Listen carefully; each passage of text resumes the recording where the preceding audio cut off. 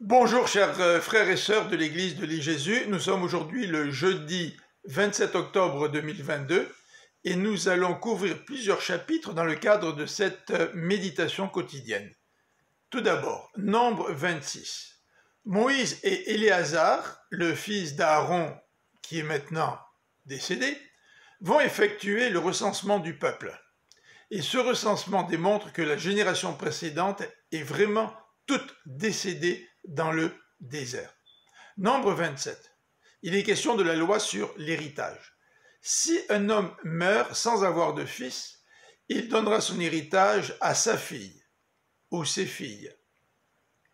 Si cet homme n'a pas d'enfant, il donnera l'héritage à ses oncles paternels ou à son plus proche parent. La deuxième partie du chapitre 27 présente Josué comme étant le successeur de Moïse qui ne pourra pas entrer dans le pays promis conformément au jugement de Dieu suite au péché de Moïse et d'Aaron. Les chapitres 28 et 29 des Nombres nous décrivent la loi sur les sacrifices consumés par le feu. Le chapitre 30 aborde la question des vœux dans le contexte d'une relation d'autorité. Il est question d'une fille qui est sous l'autorité de son père ou d'une femme qui est sous l'autorité de son mari. Si cette fille ou cette femme prononce des vœux et que le père ou le mari ne s'objecte pas, elles devront accomplir leurs vœux. Par contre, si leur père ou leur mari s'objecte, Dieu ne leur tiendra pas rigueur si elles n'accomplissent pas leurs vœux. Nombre chapitre 31, il est question du châtiment contre Madian.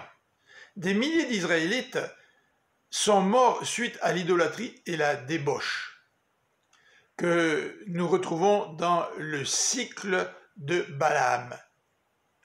12 000 Israélites se rassemblent pour partir à la guerre.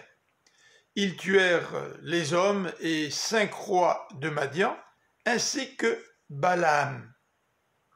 Par contre, ils gardèrent les femmes, les enfants et les troupeaux. Habituellement, les femmes restaient en vie et devenaient les servantes du peuple vainqueur. Mais dans ce cas-là, Dieu demande à ce que les femmes soient elles aussi jugées et mises à mort, parce que c'est par elles qu'Israël avait été entraîné dans l'idolâtrie et la débauche. Ce chapitre 31 préfigure en quelque sorte le jugement final de Dieu, auquel aucun homme ne pourra échapper. Bien sûr, sous la Nouvelle Alliance, Dieu ne demande pas à son Église d'exercer son jugement divin. C'est lui qui va s'en occuper au retour de son Fils. Je vous souhaite une bonne fin de journée, que le Seigneur vous bénisse. À demain.